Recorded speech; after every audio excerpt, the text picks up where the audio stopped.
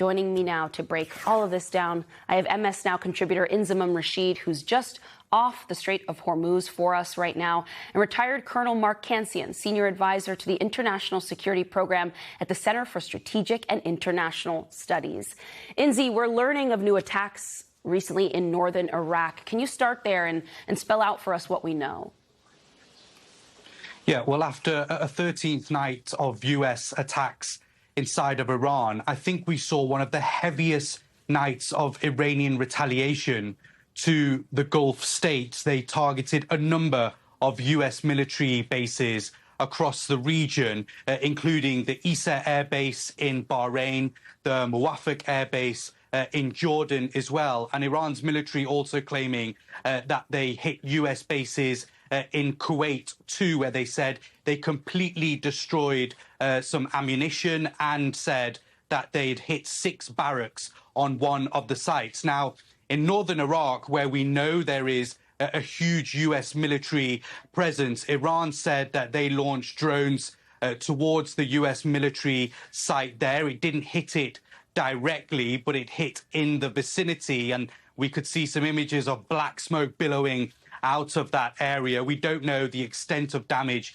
that has been caused there, but we do know that Erbil International Airport had been shut for some time as a result. So clearly, Iran has still got military might in its arsenal to carry out damage and destruction across this region. The IRGC as well today putting out another warning, as you mentioned, Antonia, telling people who live near U.S. military bases to effectively move away, be more than 500 meters away from them, because they will continue to carry out their attacks. One thing that I have noticed beyond the increase in fighting over the last couple of weeks, Antonia, is also the increase in rhetoric from all sides in this conflict. We're back where war is taking precedent over peace, and I think that is a huge concern, not just for the people in this region, but around the world as well, because we know how much of an impact that this war is having to the global economy.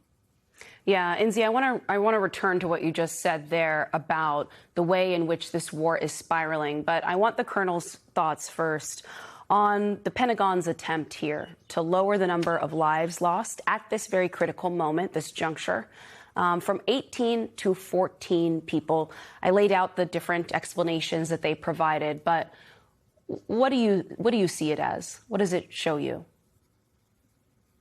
Well, this doesn't really make any sense. These 4 service members tragically lost their lives in this conflict. The conflict clearly has not ended.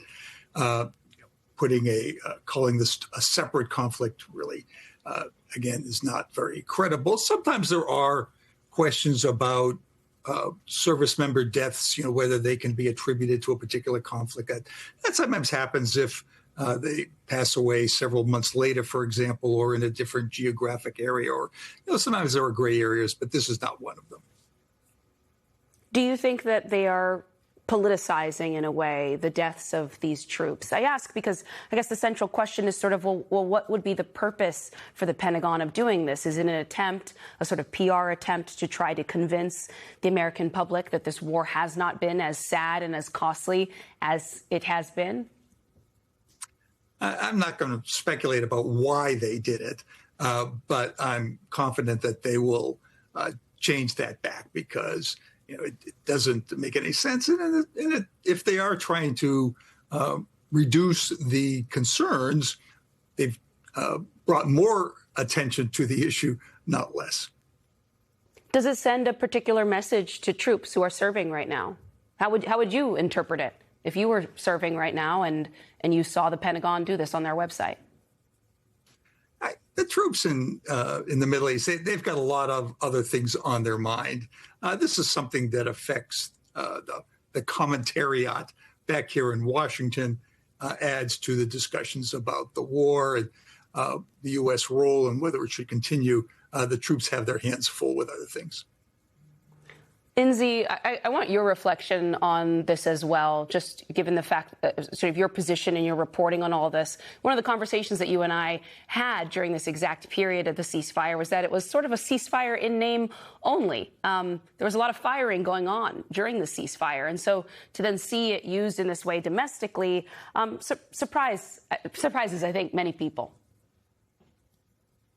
Yeah, look, I think initially the ceasefire was doing its job when the Memorandum of Understanding was signed back in the middle of June. And remember, the two sides had met face to face in Switzerland. They had yet another round of talks, which actually were pretty positive.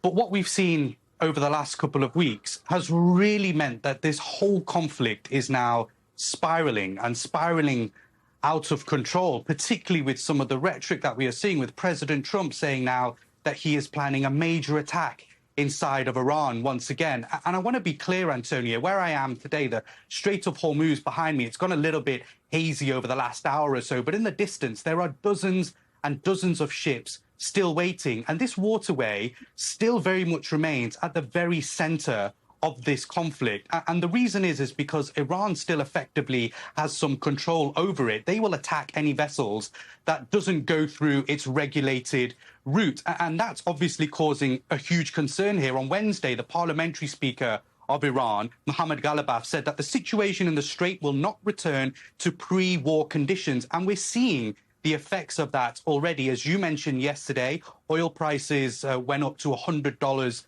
per barrel. Yes, they've dropped a little bit today, but also shipping in the Strait of Hormuz is at the lowest level for the first time in 2 months. And I think by controlling this waterway, but also the waterway in the Red Sea, which you and I spoke about yesterday, backing the Houthis to carry out attacks to try and stop vessels passing through there as well, particularly vessels linked with Saudi Arabia, linked with Israel, linked with the US as well, means that Iran is effectively trying to control the world's economy, trying to control this global energy cycle that's taking place in these two waterways.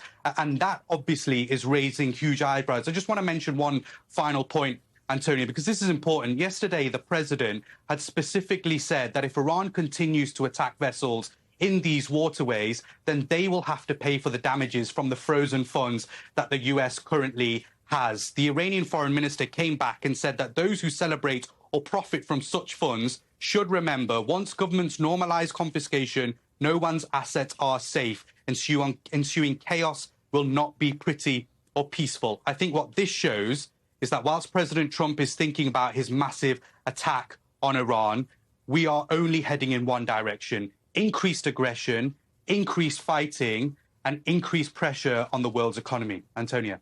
Do you think that there will be a breaking point for allies in the Gulf? Because they're going to always sort of have the front row seat to this. They're going to bear the brunt of the retaliation from the Iranians every time this president escalates further.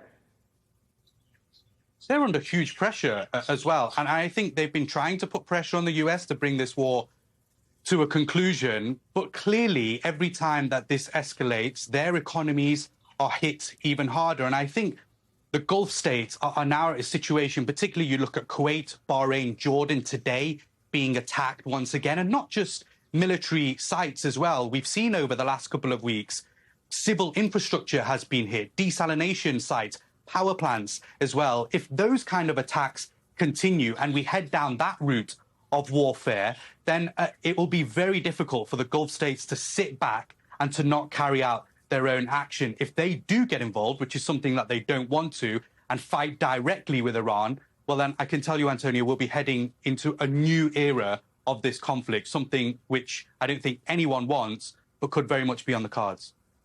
Yeah, absolutely. Inzamam Rashid and Colonel Mark Cancian, it's good to see both of you